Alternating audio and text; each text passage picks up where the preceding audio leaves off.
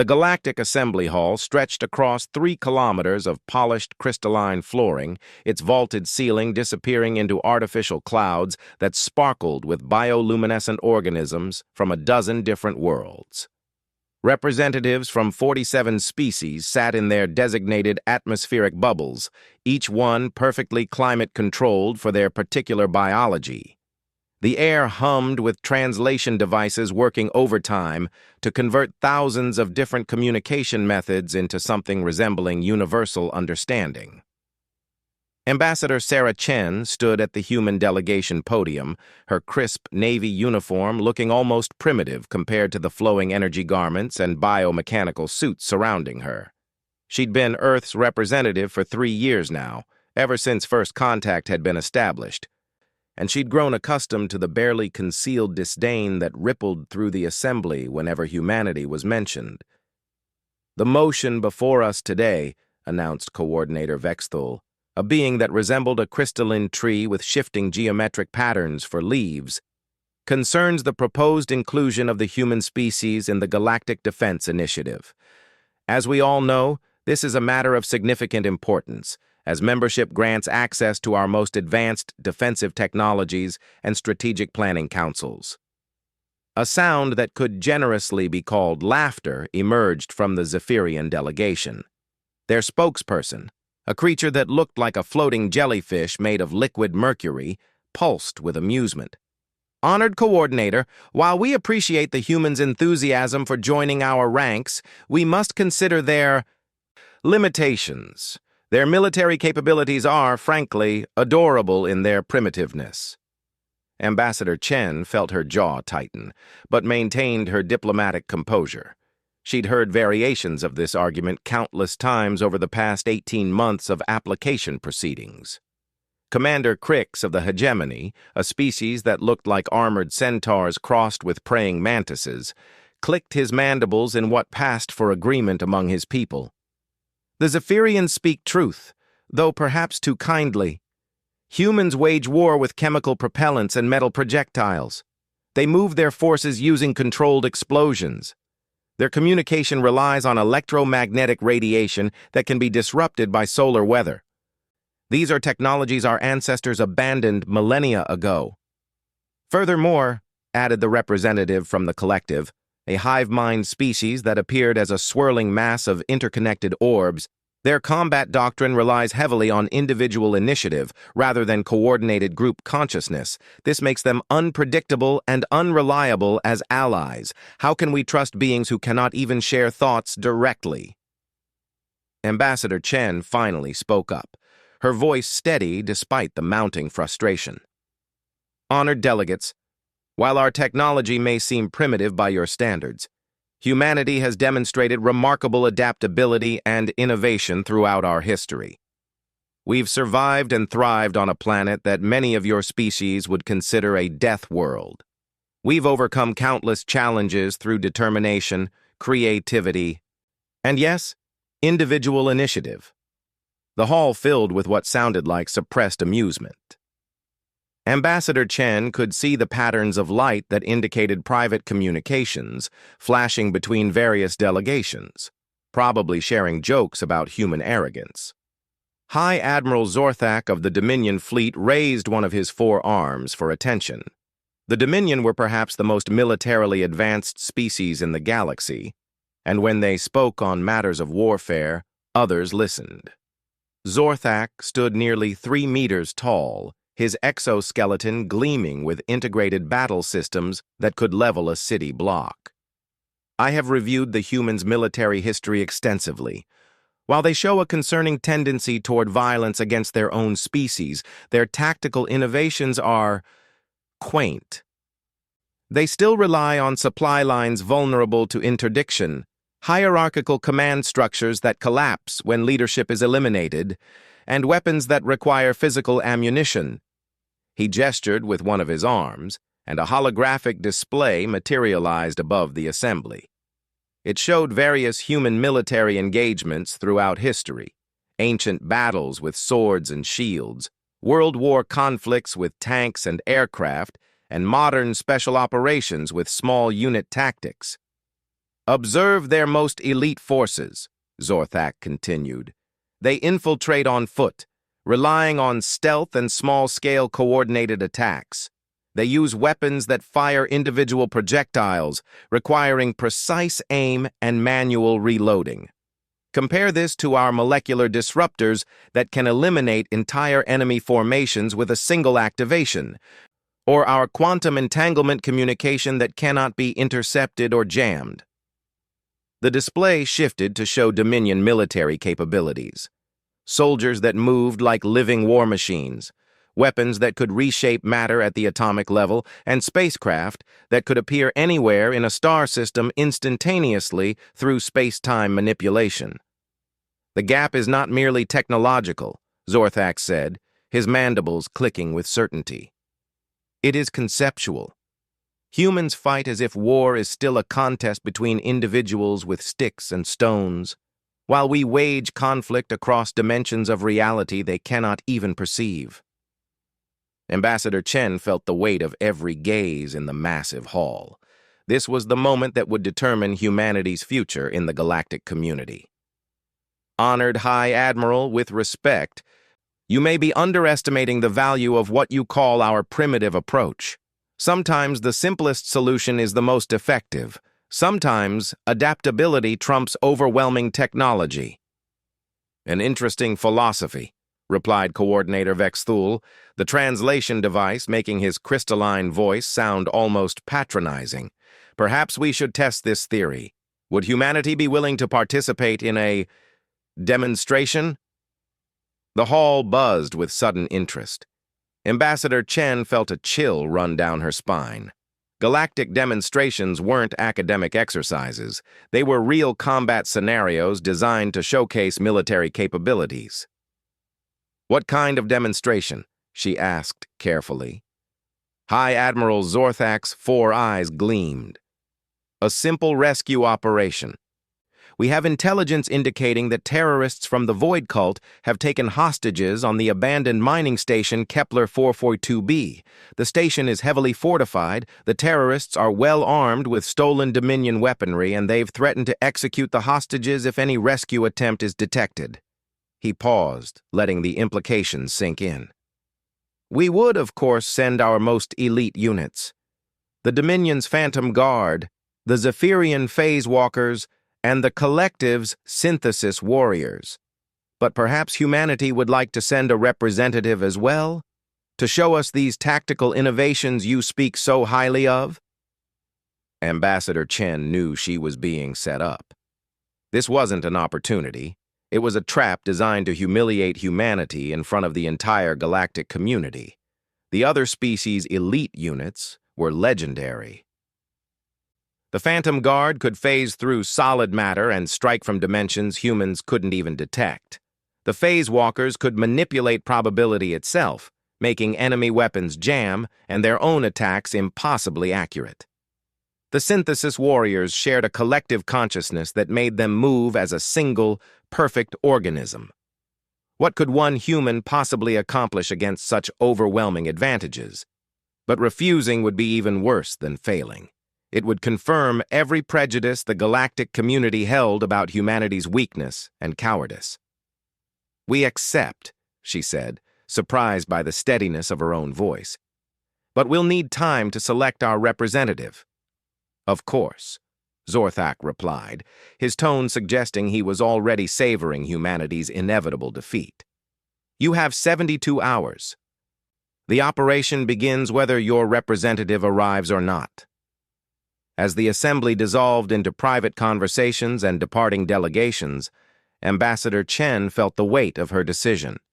She'd just committed humanity's reputation to a contest they couldn't possibly win. But what choice did she have? 12 hours later, she sat in her private quarters aboard the human embassy ship, reviewing personnel files that made for depressing reading. Earth's military had some exceptional individuals, but they were trained to fight humans with human weapons in human environments.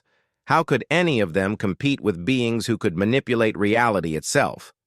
Her aide, Lieutenant Morrison, knocked and entered with a sealed packet. "Ma'am?"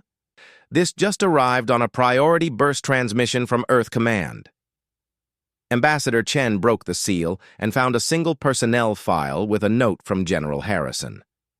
Sarah, I know what you're thinking and you're wrong. Don't send our best soldier. Send our most adaptable one. Trust me on this. James. The file was surprisingly thin. Master Sergeant Marcus Rodriguez, Delta Force, 12 years of service. His photo showed a man in his early 30s with alert brown eyes and a face that could blend into any crowd. Nothing about him screamed elite warrior or tactical genius. His service record was impressive but not extraordinary. Multiple deployments in hostile environments, expert marksman ratings, advanced certifications in demolitions and field medicine. But what caught her attention were the mission reports. Time and again, Rodriguez had succeeded in situations where conventional approaches failed. He'd extracted hostages from impossible situations, eliminated high-value targets despite overwhelming odds, and consistently demonstrated what his commanding officers described as unconventional problem-solving abilities. One report stood out. Rodriguez had been tasked with neutralizing a terrorist cell that had taken over a chemical plant. Instead of the expected assault, he'd spent 3 days studying the facility's industrial processes. When he finally moved, he'd used the plant's own chemical production system to create a non-lethal gas that incapacitated the terrorists without harming the hostages or damaging the facility. The operation had been completed with 0 casualties and minimal property damage. Another mission report described how Rodriguez had infiltrated a heavily fortified compound by posing as a maintenance worker for 6 weeks, gradually building detailed intelligence while the enemy never suspected his presence. When the time came for extraction, he'd already disabled most of their security systems and had the building's blueprints memorized down to individual power outlets. The pattern was clear. Where other operators relied on superior firepower or overwhelming force, Rodriguez used patience, creativity, and an almost supernatural ability to think outside conventional military doctrine. Ambassador Chen read the final note in his file. Rodriguez doesn't fight the enemy's strength. He finds their weakness and exploits it with tools they never see coming. He makes the impossible look routine by refusing to accept that anything is truly impossible. She closed the file and activated her communication system. Lieutenant Morrison, please send a message to Earth Command. Tell them to have Master Sergeant Rodriguez report to the Kepler system immediately, and tell him the fate of humanity's galactic future depends on his ability to do what he does best, prove that everyone else's assumptions are wrong. 3 days later, Master Sergeant Marcus Rodriguez arrived at the staging area aboard a converted cargo hauler, one of only a handful of ships humanity had that could make the journey to Kepler 442b in time. The contrast between his arrival and that of the alien forces was stark. The Dominion's Phantom Guard had emerged from a ship that seemed to exist partially outside normal space-time, its surfaces shifting between dimensions in ways that hurt to look at directly. The Zephyrians' phase walkers had simply materialized from quantum foam, their forms flickering between states of matter. The collective's synthesis warriors had arrived in a vessel that was itself a living organism, breathing and pulsing with bioluminescent patterns. Rodriguez stepped off his ship wearing standard military fatigues and carrying a single duffel bag. He looked like he was reporting for training exercise rather than representing humanity's future in the galaxy. High Admiral Zorthak approached, his towering form casting a shadow over the human. So this is humanity's champion? I confess I expected someone more. Impressive. Rodriguez looked up at the alien commander without any apparent intimidation. With respect, sir, impressive is relative. I'm here to do a job, not to look good doing it. Indeed, Zorthak replied, his mandibles clicking with what might have been amusement. The mission parameters are simple. The mining station has 37 hostages held by 12 terrorists, armed with stolen Dominion plasma weaponry. The facility has been rigged with explosives that will detonate if our approach is detected by their sensors. You will have exactly 47 minutes from insertion to extraction before Dominion fleet protocols require us to consider the hostages lost and destroy the station. He gestured toward a holographic display showing the mining station's layout. The facility has been hardened against conventional assault. Reinforced walls, overlapping fields of fire, redundant security systems. The terrorists have positioned themselves to maximize their defensive advantage. Rodriguez studied the display for several minutes, his expression unreadable. The alien commandos watched him with varying degrees of curiosity and disdain. Finally, he spoke. "What kind of mining operation was this?" Zorthak's 4 eyes blinked in surprise. "I fail to see how that is relevant to the tactical situation." "Humor me," Rodriguez replied, still studying the display. "Rare earth extraction. They were mining quantum-entangled crystals used in our faster-than-light communication systems." Rodriguez nodded slowly. "And the explosives they're using to threaten the station?" "Dominion thermal charges. Stolen from our armory during a supply convoy raid 6 months ago." "How are they planning to detonate them?" Zorthak's expression suggested he thought the questions were pointless. "Remote detonation system tied to their life signs. If they die, or if they detect an assault in progress, the charges activate automatically." Rodriguez was quiet for another moment, then shouldered his duffel bag. "Understood, sir. When do we insert?" "The operation begins in 6 hours. You'll insert simultaneously with our forces and—" "Actually, sir, I'd like to request permission to insert alone and ahead of your teams." The alien commandos exchanged glances. The leader of the Phantom Guard, a being whose form seemed to shift between dimensions, spoke in a voice like static electricity. "Human, this is not a training exercise. These terrorists possess weapons that can disintegrate matter at the molecular level. Your primitive equipment offers no protection against such technology." Rodriguez's expression remained calm. "Understood. But if we all go in together, we're playing by their rules on their ground. They've prepared for a conventional assault. Maybe it's time to try something unconventional." High Admiral Zorthak studied the human for a long moment. "Very well. You may insert first, but understand, if you compromise the mission or alert the terrorists to our presence, we will proceed with orbital bombardment. The needs of the many outweigh the survival of the few." "Understood, sir," Rodriguez replied. Then, with a slight smile that somehow conveyed confidence without arrogance, he added, "See you in 47 minutes." As he walked toward his insertion craft, Ambassador Chen felt a mixture of pride and terror. Everything humanity had worked for in the galactic community was now riding on the shoulders of one soldier who looked like he could be anyone's neighbor. But as she watched him methodically check his equipment with the same calm precision she'd seen in his mission reports, she found herself thinking about General Harrison's words. "Don't send our best soldier. Send our most adaptable one." Perhaps Marcus Rodriguez was exactly the right choice for a job that couldn't be done the right way.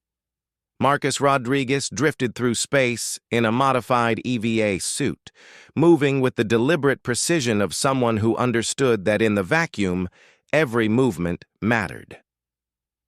The mining station, Kepler 442b, hung before him like a metallic tumor against the star field, its angular geometry designed for function rather than beauty.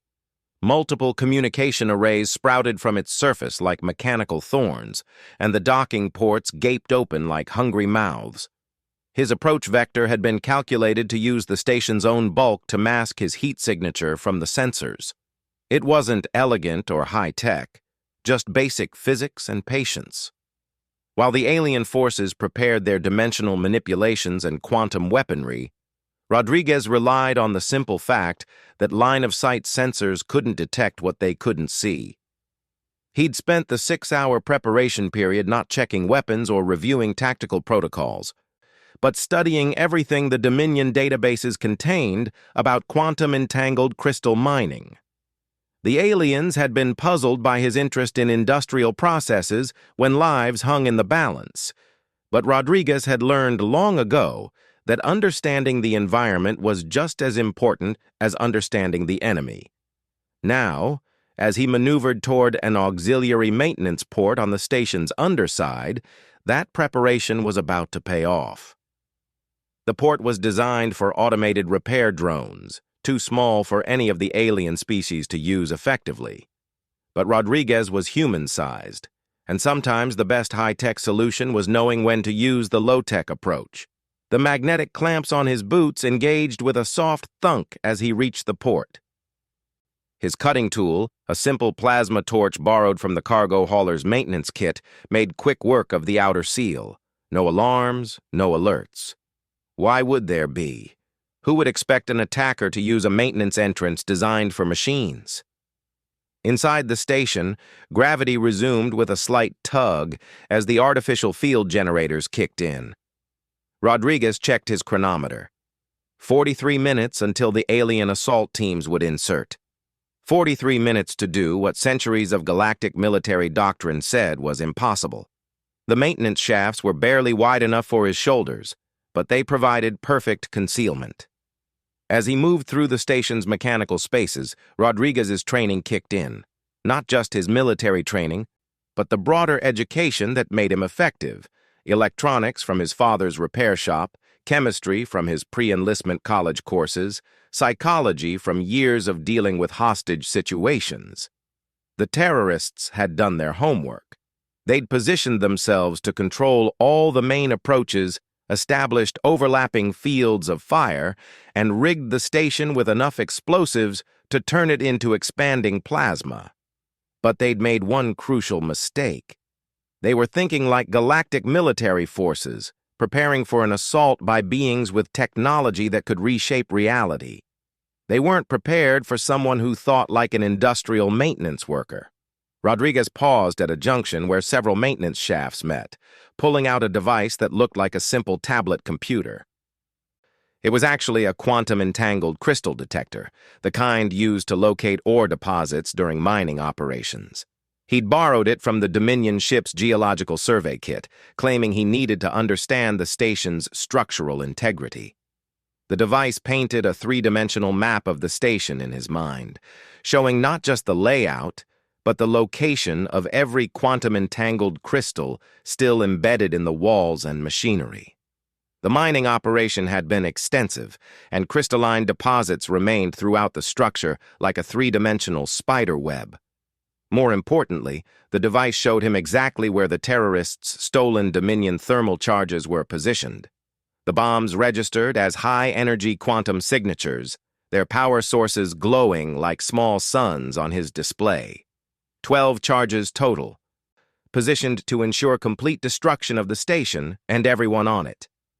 But thermal charges had one weakness that their designers had never considered a problem. They were precisely calibrated to create a specific type of energy release, a controlled fusion reaction that would vaporize the target without creating dangerous radioactive fallout. It was a safety feature, a way to destroy threats without contaminating surrounding space. Rodriguez smiled in the darkness of the maintenance shaft. Safety features could sometimes become vulnerabilities if you understood the underlying physics well enough. He began moving again, following the maintenance conduits toward his first objective. The terrorists' communication center was located in what had been the station's main administrative hub.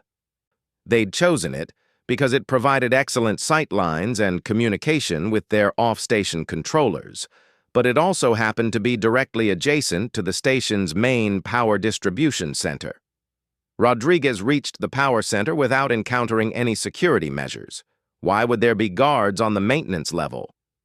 The terrorists were watching for assault teams with advanced weaponry, not for someone crawling through the mechanical spaces like a particularly persistent rat.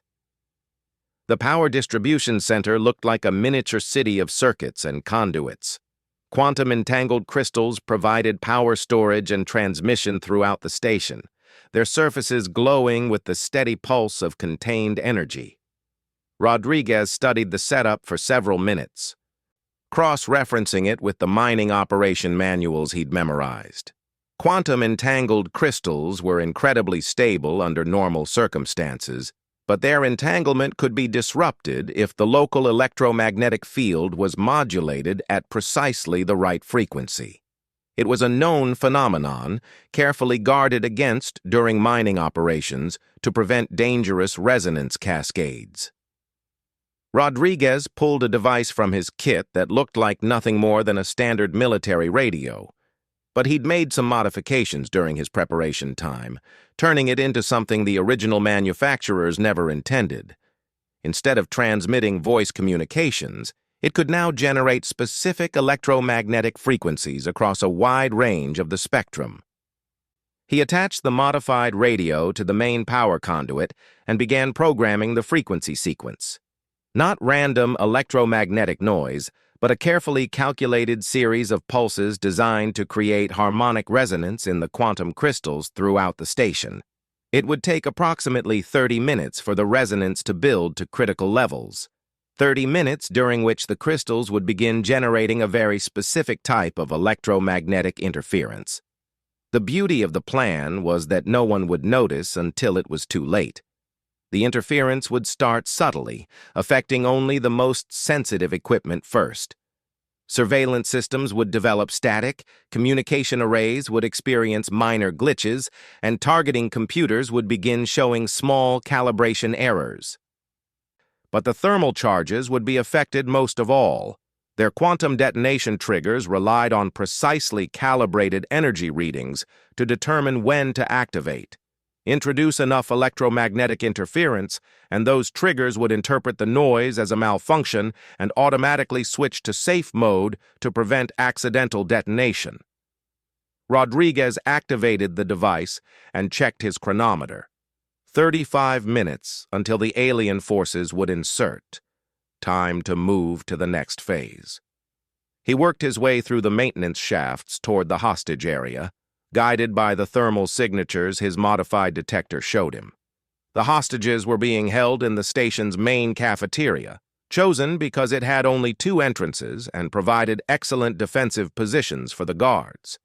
As he moved, Rodriguez could hear the terrorists communicating with each other through the station's internal communication system. They spoke in void cult battle cant, a mixture of stolen phrases from a dozen different galactic languages designed to be unintelligible to outsiders.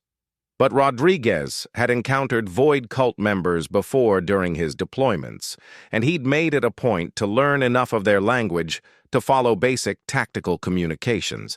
They were nervous, which was good.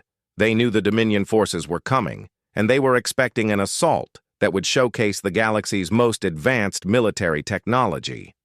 What they weren't expecting was for their equipment to start malfunctioning in subtle but increasingly problematic ways. Rodriguez reached a position directly above the cafeteria and began his reconnaissance. Through the maintenance grate, he could see 17 hostages seated in the center of the room, their hands bound with molecular restraints that would tighten dangerously if tampered with. 4 guards watched them, armed with stolen Dominion plasma rifles and wearing energy absorption armor that could deflect most small arms fire. The guards were professionals, he could see that immediately. They maintained proper fields of fire, stayed alert, and positioned themselves to respond quickly to threats from either entrance. But they were also thinking like galactic military forces, preparing for enemies with energy weapons and advanced tactical gear. Rodriguez counted the weapons and equipment visible in the room. 2 portable communication arrays, multiple surveillance drones hovering near the ceiling, and at least 3 different types of detection equipment designed to identify incoming threats, formidable defenses against a conventional assault, but not against someone who was about to turn their own equipment against them. He checked his modified radio's progress. The electromagnetic interference was building exactly as calculated, creating subtle harmonics throughout the station's quantum crystal network.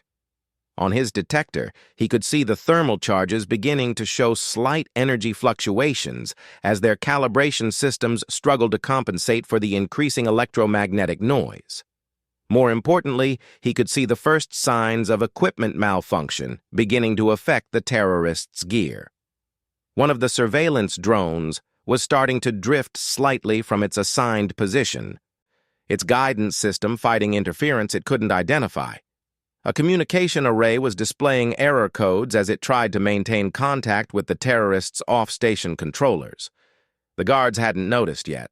The malfunctions were still within normal operational parameters, the kind of minor glitches that sophisticated equipment experienced regularly. But they were building systematically, and in 15 minutes, they would cascade into complete system failure. Rodriguez moved to his next position, directly above the station's life support center. He wasn't planning to harm the hostages, but life support systems offered other possibilities for someone who understood industrial processes. The life support center was a marvel of engineering efficiency. Atmospheric processors recycled air and water with near-perfect efficiency.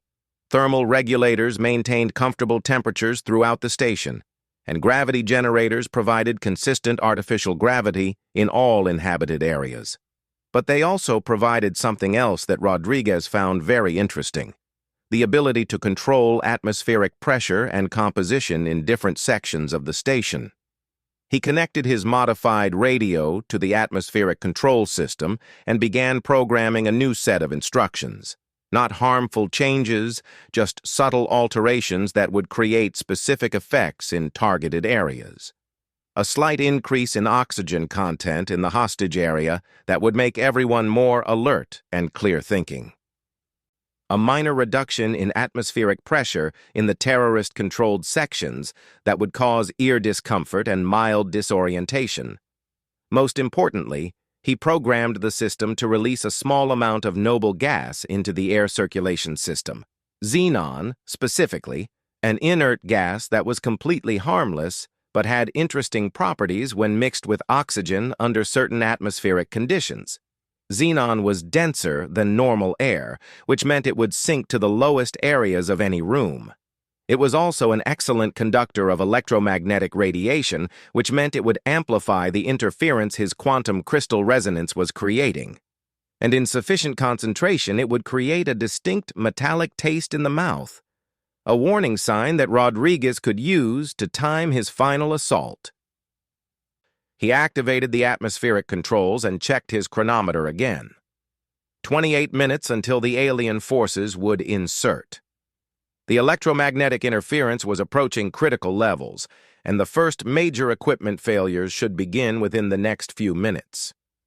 As if summoned by his thoughts, an alarm began sounding in the distance. Not a security alarm, a maintenance alert warning of minor calibration errors in Sector 7 monitoring equipment. Rodriguez smiled. The terrorists would assume it was a routine malfunction, the kind of thing that happened regularly on an aging mining station. They had no way of knowing that their thermal charges were beginning to lose calibration lock as the electromagnetic interference grew stronger. No way of knowing that their communication systems were starting to experience signal degradation. No way of knowing that their surveillance equipment was about to fail at precisely the moment they needed it most. Rodriguez began moving toward his final position, a maintenance shaft directly above the main corridor between the hostage area and the terrorists' command center. From there, he would have access to both areas and could coordinate his final assault with the alien forces' insertion. As he moved, he could hear the increasing frustration in the terrorists' communications. Equipment was failing faster now, and they were beginning to suspect sabotage. But they were looking for sophisticated threats, advanced electronic warfare systems, or quantum disruption devices. They weren't looking for someone using their own industrial infrastructure against them. Rodriguez reached his final position and prepared his weapons. Not the advanced plasma rifles the alien forces would carry, but simple kinetic projectiles fired from chemically powered weapons. Old-fashioned bullets fired from old-fashioned guns. the kind of weapons that galactic military doctrine had abandoned centuries ago as hopelessly primitive. But primitive weapons had advantages that advanced technology couldn't match. They were unaffected by electromagnetic interference. They didn't require sophisticated targeting systems or quantum-entangled ammunition feeds. They were simple, reliable, and completely invisible to sensors designed to detect energy weapons. Rodriguez checked his chronometer one final time. 22 minutes until the alien forces would insert. The electromagnetic interference was reaching critical levels, and the first major system failures were beginning to cascade through the station. It was time to show the galaxy that sometimes the most advanced solution was knowing when to use the simplest approach. The metallic taste of xenon began to reach his nostrils, carried through the station's air circulation system. The atmospheric modifications were taking effect, and his final assault could begin. In the distance, he could hear the terrorists growing increasingly agitated as their equipment continued to malfunction in ways they couldn't understand or counteract. They were still dangerous, still heavily armed, and still prepared to execute the hostages at the first sign of an assault. But they were no longer fighting on their own terms. Rodriguez had turned their advantages into disadvantages, their strengths into weaknesses, and their sophisticated technology into a liability. Now came the hard part, executing a rescue operation that would prove human military doctrine could succeed where galactic conventional wisdom said it was impossible. The cascade failure began exactly as Marcus Rodriguez had calculated. Throughout the station, quantum-entangled crystals resonated with increasing harmonic frequency, generating electromagnetic interference that grew stronger with each passing minute. Surveillance drones began drifting from their programmed positions, communication systems developed static bursts, and the terrorists' sophisticated targeting computers started showing calibration errors they couldn't explain. Rodriguez lay motionless in the maintenance shaft above the main corridor, watching through the grate as confusion spread through the terrorist ranks. Their leader, a scarred hegemony renegade with cybernetic implants covering half his skull, was barking orders into a communication device that kept losing signal. "Status report from all positions," the leader demanded, his translation coming through with digital distortion. The responses were increasingly frustrated. "Sector 3 surveillance is experiencing intermittent failures. Thermal charge monitoring showing minor fluctuations. Communication array developing signal degradation." Rodriguez smiled grimly. The terrorists were doing exactly what he'd expected, trying to solve individual problems instead of recognizing the systematic nature of the attack. They were thinking like galactic military forces, assuming that each malfunction was a separate issue rather than part of a coordinated assault using their own infrastructure against them. His chronometer showed 18 minutes until the alien forces would insert. Time to begin the next phase. Rodriguez opened his equipment kit and withdrew what looked like a child's toy, a simple slingshot made of metal and elastic cord. The aliens had been amused by his primitive equipment, not understanding that sometimes the oldest solutions were the most effective. The slingshot was silent, required no power source, and was completely invisible to energy detection systems. His projectiles weren't stones or metal balls, but small devices he'd assembled from components found throughout the station. Maintenance sensors, power regulators, and communication relays, all reprogrammed and miniaturized to serve a very different purpose than their original designers intended. The first projectile sailed through a ventilation grate and landed in a shadowed corner of the terrorists' command center. It looked like a piece of debris, unremarkable enough that no one paid attention to it. But the device immediately began broadcasting on frequencies used by Dominion military equipment, creating false sensor readings that suggested incoming assault teams from multiple directions. Rodriguez fired 3 more projectiles into different areas of the station, each one adding to the electromagnetic chaos and creating phantom targets that would confuse and misdirect the terrorists' defensive preparations. The effect was immediate and satisfying.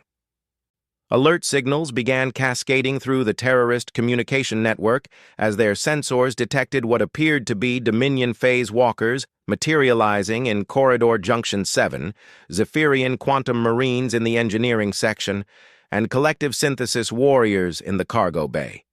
None of the readings were real, of course.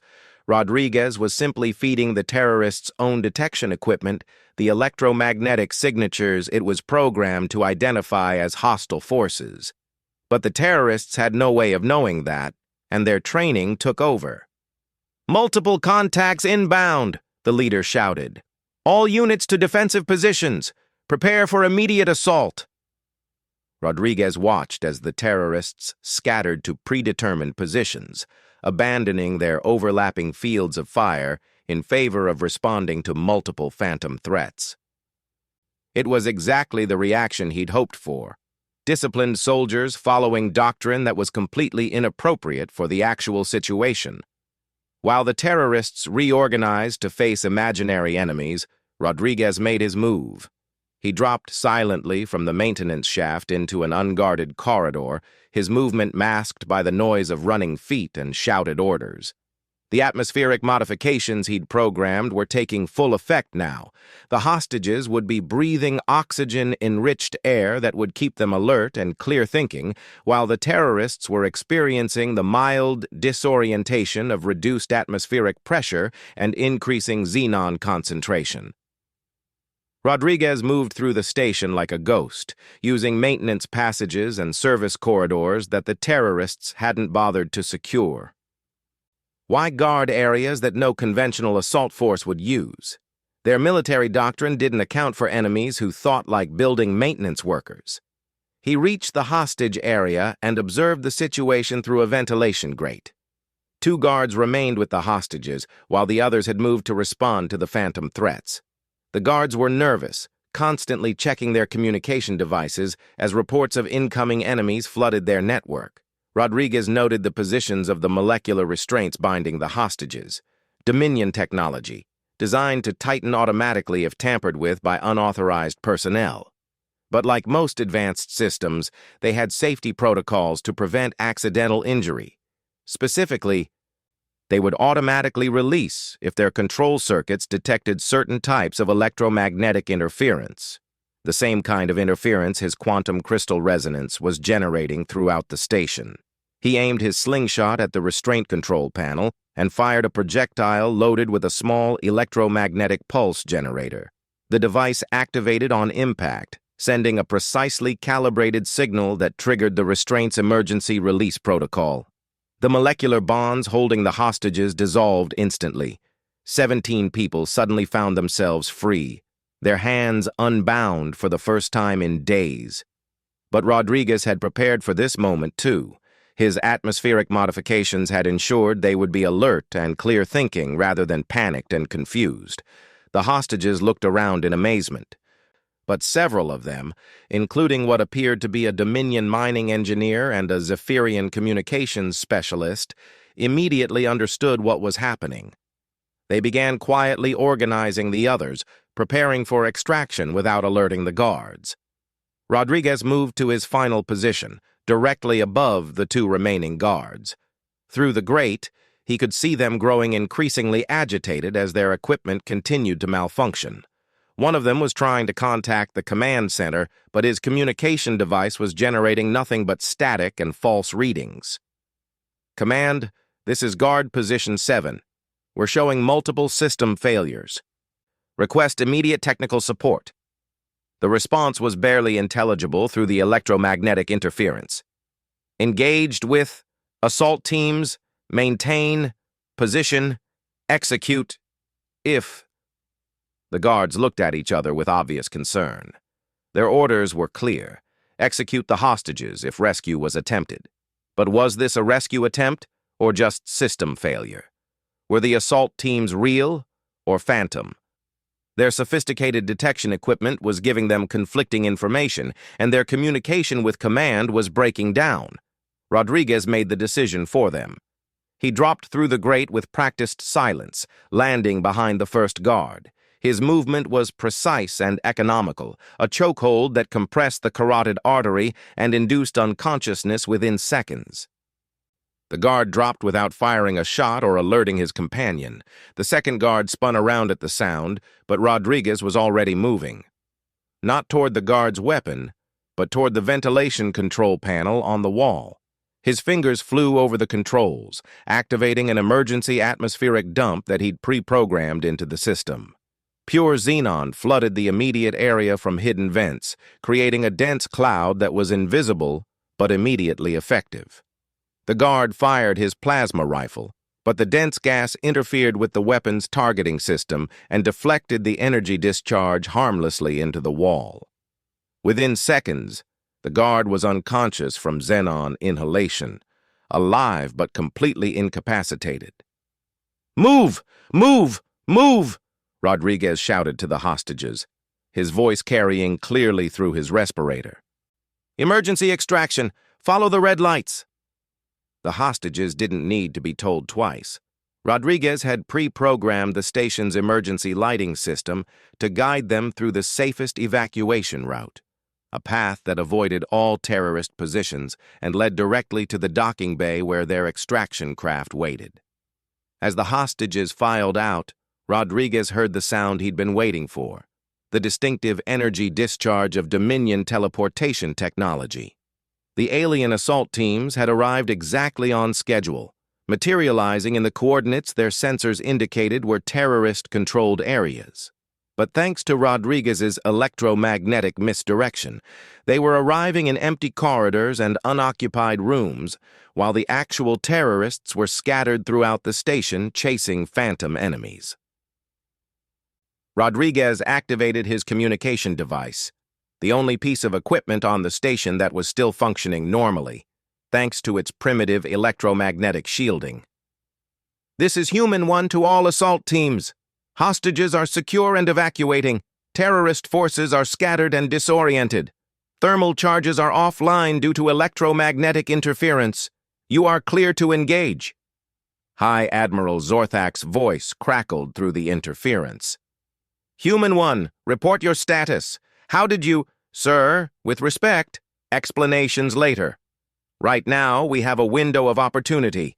The terrorists' command structure is broken, their equipment is malfunctioning, and their explosive devices are inoperative. But the window won't last forever." Rodriguez was already moving toward the terrorist command center, where the remaining enemy forces were frantically trying to restore their systems. They'd prepared for an assault by advanced alien commandos, but they weren't prepared for someone who'd already been inside their defenses for the past 30 minutes. He reached the command center just as the terrorist leader realized what was happening. The scarred hegemony renegade looked up from his malfunctioning communication console to see a human in simple military fatigues standing in his doorway, armed with weapons that looked like they belonged in a museum. "Impossible," the terrorist whispered. "Our sensors detected no infiltration. Our defensive systems showed no breach." Rodriguez raised his sidearm, a simple kinetic projectile weapon that fired chemical-propelled bullets. "Your sensors were looking for the wrong kind of threat," he said calmly. "Sometimes the best way to beat advanced technology is to not use it." The terrorist reached for his plasma rifle, but Rodriguez was faster. 3 shots, center mass, delivered with the mechanical precision of thousands of hours of training. The terrorist dropped, his weapon clattering uselessly to the floor.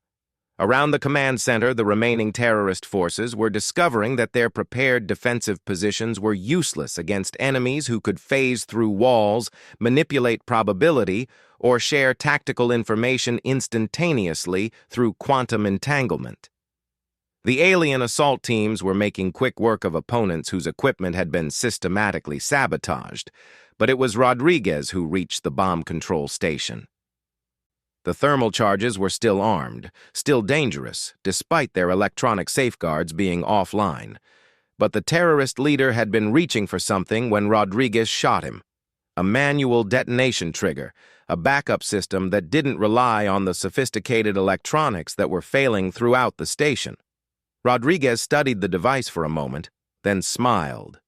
It was connected to the same quantum-entangled crystal network he'd been manipulating for the past hour.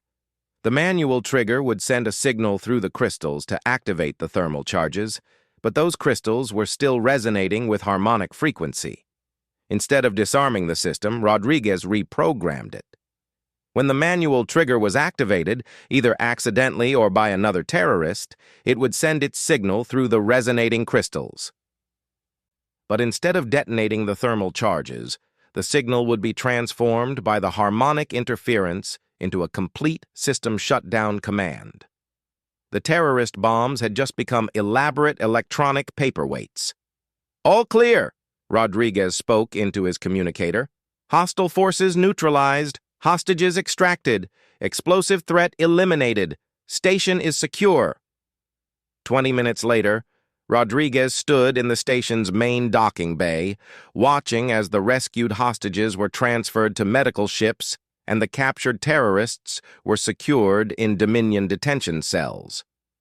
The alien assault teams had performed flawlessly once the situation was under their control, but they kept looking at him with expressions that ranged from confusion to amazement. High Admiral Zorthak approached, his 4 eyes studying Rodriguez with new interest. "Master Sergeant Rodriguez, your mission report will be fascinating reading. How exactly did you accomplish what our tactical computers calculated was impossible?" Rodriguez shouldered his equipment bag, looking tired but satisfied. "Sir, it wasn't impossible. It just required thinking about the problem differently.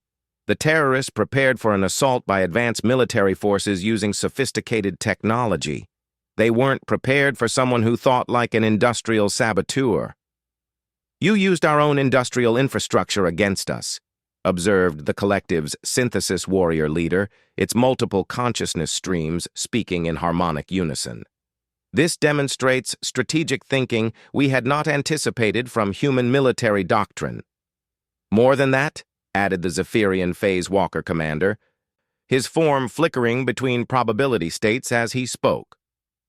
"You identified weaknesses in systems we considered invulnerable. Our thermal charges were designed to be tamper-proof against any known technology." Rodriguez nodded. "But they weren't designed to be proof against their own operating principles. Every safety feature can become a vulnerability if you understand the underlying physics well enough." The Dominion's Phantom Guard leader materialized from whatever dimension he'd been occupying. "Your equipment—" He gestured at Rodriguez's simple weapons and devices. "How did kinetic projectiles and chemical propulsion succeed where our molecular disruptors and quantum weaponry would have failed?" "Sometimes the old ways work because they're not what the enemy expects," Rodriguez replied. "Your weapons are incredibly advanced, but they're also complex. Complex systems have complex failure modes. Simple systems just work." High Admiral Zorthak was quiet for a long moment, processing what he'd witnessed. "Master Sergeant, you have demonstrated tactical innovations that challenge fundamental assumptions about military doctrine. Perhaps we have been hasty in our assessment of human capabilities." Rodriguez smiled, the same quiet confidence Ambassador Chen had seen in his service records. "Sir, humanity brings something to the galactic community that advanced technology can't replicate. We solve problems by adapting to circumstances rather than overwhelming them with superior force. Sometimes that's exactly what a situation requires." 6 hours later, Rodriguez sat in the briefing room aboard the Dominion flagship, facing the assembled representatives from all 47 galactic species. Ambassador Chen was there too, trying to hide her amazement at what had transpired. Coordinator Vexthul's crystalline form sparkled with patterns Rodriguez had learned indicated deep thought. "Master Sergeant Rodriguez, your rescue operation has prompted considerable discussion among our military analysts. You succeeded where conventional doctrine predicted failure, using methods that our tactical computers did not even consider possible. More than that, interrupted Commander Crix of the hegemony, his mandibles clicking rapidly with what Rodriguez now recognized as excitement. You demonstrated adaptability that borders on the miraculous. You turned every advantage your enemies possessed into a disadvantage, every strength into a weakness. This suggests strategic capabilities we had not previously recognized in human military thinking. The Zephyrian representative pulsed with silver light. Approval, according to the translation system. We believed human military doctrine was primitive because it relied on individual initiative rather than coordinated group consciousness. But perhaps individual initiative is precisely what allows for the kind of creative problem-solving we witness today. Rodriguez looked around the room, seeing expressions of respect where there had been disdain just hours before. With respect, honored delegates, what you witnessed wasn't uniquely human. It was the result of approaching a problem without preconceptions about what the solution should look like. Sometimes the best answer is the one no one expects. High Admiral Zorthak leaned forward, his massive form somehow conveying intensity. Master Sergeant, your tactical methods have implications beyond this single mission. Would humanity be willing to share these approaches with our military forces? Not to replace our existing doctrine, but to supplement it with alternative strategic thinking? Rodriguez glanced at Ambassador Chen, who nodded slightly. Sir, I believe humanity would be honored to contribute to galactic defense. But I should point out that our methods aren't a technology you can download or a procedure you can memorize. They're a way of thinking about problems that comes from our particular history and culture. Explain, requested the collective's representative. Rodriguez was quiet for a moment, choosing his words carefully. Humanity survived and evolved on a planet that tried to kill us in every way imaginable. We learned to adapt because we had to. Those who couldn't adapt didn't survive to pass on their genes. We developed technology by making the best use of available materials rather than waiting for better materials to become available. We solved problems by changing our approach rather than changing the world to fit our approach. He gestured toward the viewing port, where the mining station hung in space, now safe and secure. What happened today wasn't advanced tactics or superior technology. It was the result of looking at a situation and asking, what would happen if I did the opposite of what everyone expects? Sometimes, the answer to that question changes everything. Coordinator Vexthul's patterns shifted to what Rodriguez had learned indicated decision-making.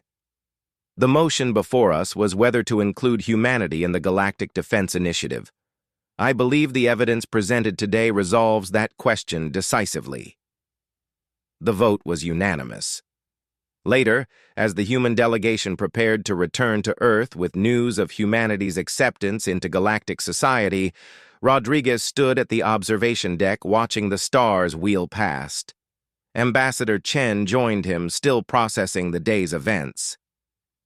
Marcus, she said quietly, what you did today, you didn't just save those hostages. You changed how the galaxy sees us. How they see our potential.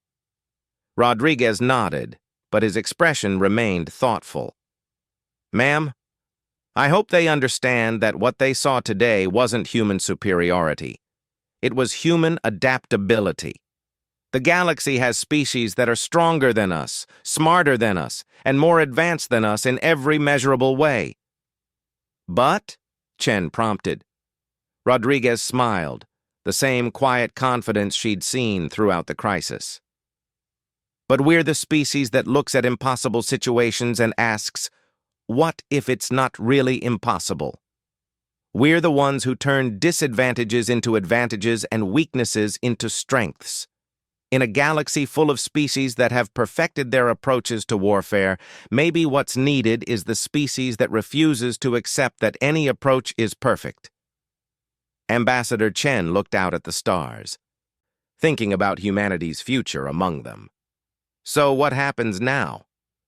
Rodriguez shouldered his equipment bag, ready for whatever came next. Now we show them that the best part about being human isn't that we're the strongest or the smartest. It's that we're the ones who never stop figuring out new ways to surprise everyone, including ourselves.